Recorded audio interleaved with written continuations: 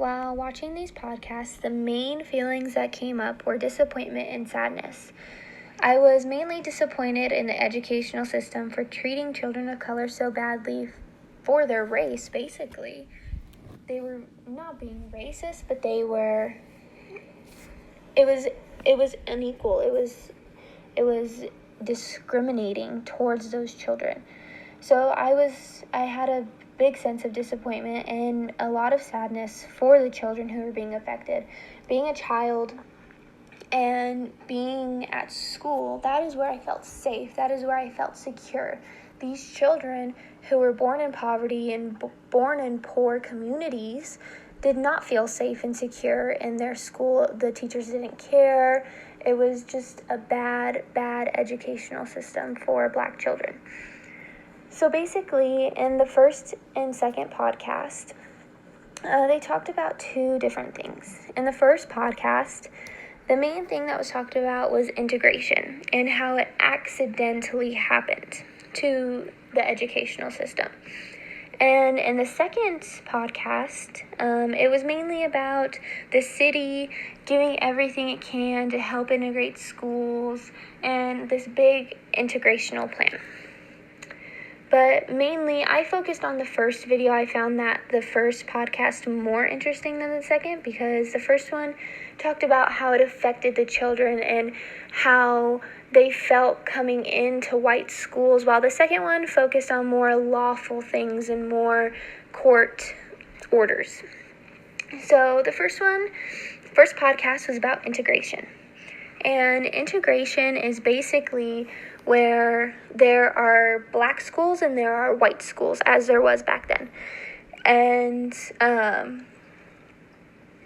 it's when Black children come and enter a white children's school. So it's basically segregation, but integrating those.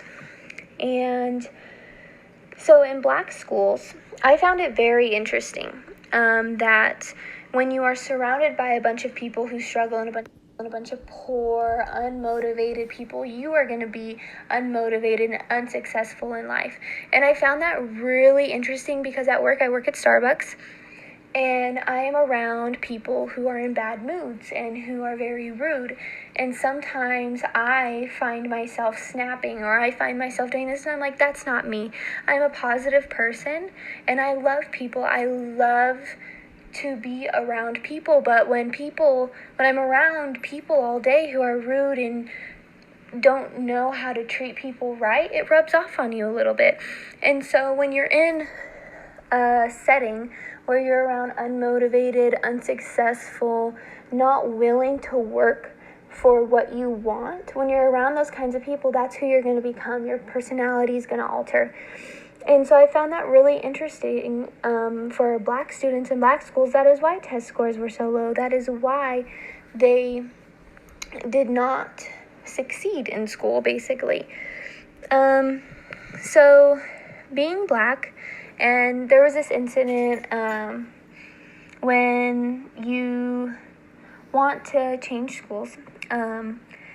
Going into a white school, not only is that socially hard, first off, as a being raised as a Black child, that is extremely hard for them.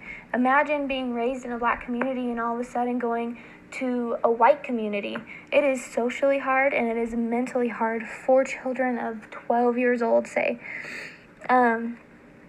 So Black students, there was a court order.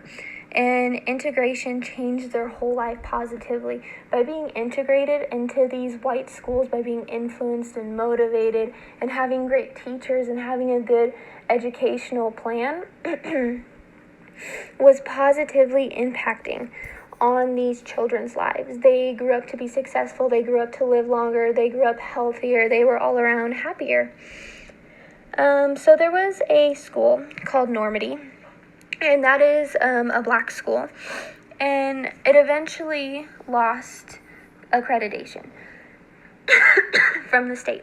This gave the children a way out to transfer to a great school, to a good school that they were able to learn and to fully impact. But these going to a different school, that school that they were going to transfer into, the teachers and parents, they were all very worried for their children and their students.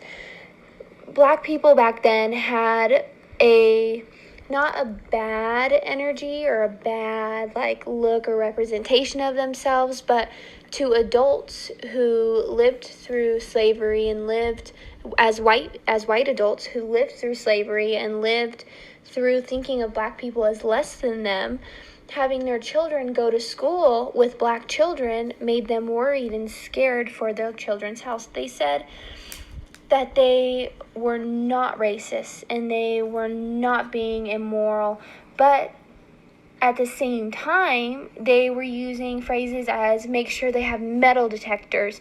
They were a terrible school before because of their violent behavior. Make sure we have drug-sniffing dogs. What does that sound like to you? That is so injustice and so wrong in so many ways, especially as an adult looking at a child saying those things. One parent suggested making school less appealing by making the start time earlier, so many black children will not want to go. But that did not work because 1,000 students left anyway. One teacher said, "This is not a race issue. I am concerned for my children's safety." How is that not a race issue? You are concerned for your children's safety because black children are coming into your school. I just feel very strongly about this, and I find it very interesting that once the black students were with the white students, the scores rose. Once they made the transitions easier for these black students, the scores rose. So I don't think it's about race at all. It's about motivation and determination. It's about accepting. Moving on, I don't want to take up too long. In the second podcast, they use a term called white-wasted. The students described white-wasted as doing things white people would only do. So Latino coming in to a white school and there was a white party going on, they would describe that as white-wasted. In this particular podcast, they described white children as crazy and that the Latinos and blacks wanted to experience these crazy things that white people were experiencing because they wanted to be white-wasted. So in a big court deal, one of the things that helped settle the case in 2003 was this phrase, and it was the phrase that said, "Children cannot overcome stigma of separation. They may be able to do it for inequality, for school, but they cannot do it for separation as in segregated schools." So basically, all this information affects children in every single way, in an educational way, in a social way, in a mental way, in a physical way. Being segregated is not good for children to experience socially or mentally, and being put in a white school that they're not used to is also not good for them socially and mentally. It is something to get used to, as everything is. I could share this learning with my fellow educators once I start in the field by just reminding them that inequality and injustice is real. It is still today, and it's crazy that it's still today. But I just want them to be aware that things are still going on, and I would hate for them to think of children in that way, as some parents and teachers do. This is something beyond concern in an educational setting, because it is not about education. It is about personal beliefs, and it is about the community. It's not about education at all, actually. It's just about personal beliefs. I went on that website, and I found that in my high school, there are significantly more Hispanics, specifically 1,016 Hispanics, whereas 112 blacks. And 862 whites. So I feel like I grew up in a school that was not very segregated. I was surrounded by many, but seeing these statistics is very interesting. And yeah.